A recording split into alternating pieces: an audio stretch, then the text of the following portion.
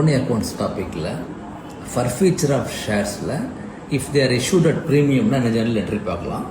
இப்போ ABC limited அதில் 2 அப்ளிகன்ட்ஸ் இருக்காங்க, அப்ளிகண்ட் 1 அப்ளிகண்ட் 2. ஓகே, அதில் ஃபஸ்ட் அப்ளிகண்ட் அலாட்மெண்ட் போது பேமெண்ட் பண்ணல, ஆனால் it has share premium. Okay, அப்ளிகேஷனில் நோ ப்ரீமியம்.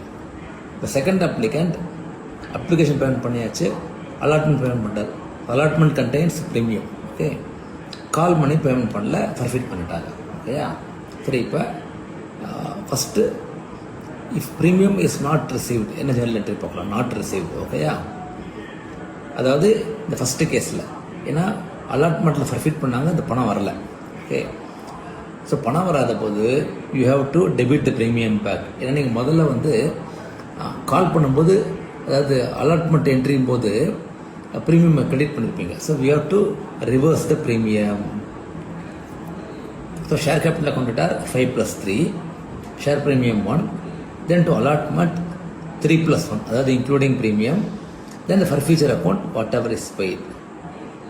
ஓகேயா, இப்போ செகண்ட் இது பார்த்தோன்னு வச்சுக்கோங்க, அப்ளிகேஷன் பேமெண்ட் பண்ணிட்டாரு, அலாட்மெண்ட் பண்ணிட்டார், தட் கண்டெய்ன்ஸ் ப்ரீமியம்.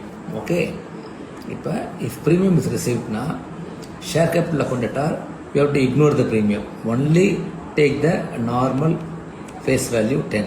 அதில் எவ்வளோ வரைக்கும் கால்ட் அப் ஸ்டேஜ்மாங்கல்ல, இப்போ கால் மணி போது பண்ணியிருக்காங்க. ஸோ ஷேர் கேபிட்டல் அக்கௌண்ட் இட்டார் அப்ளிகேஷன், அலாட்மெண்ட், கால் மணி. ஓகேயா, டு கால், அதாவது whatever unpaid 2 rupees, then to forfeiture whatever is paid is 8 rupees. That means that premium இருக்குல்ல, 1 premium paid, that is not reversed, that sits in the premium account. ஓகேயா, அது எங்கேயுமே reverse பண்ணக்கூடாது. அதாவது premium receive பண்ணால், okay, receive பண்ணலன்னா தான் reverse பண்ணும். ஓகேயா, ஸோ இதுதான் 2 entries for both premium receive and not receive. Okay, கிளியராக இருக்கா? Okay, thank you.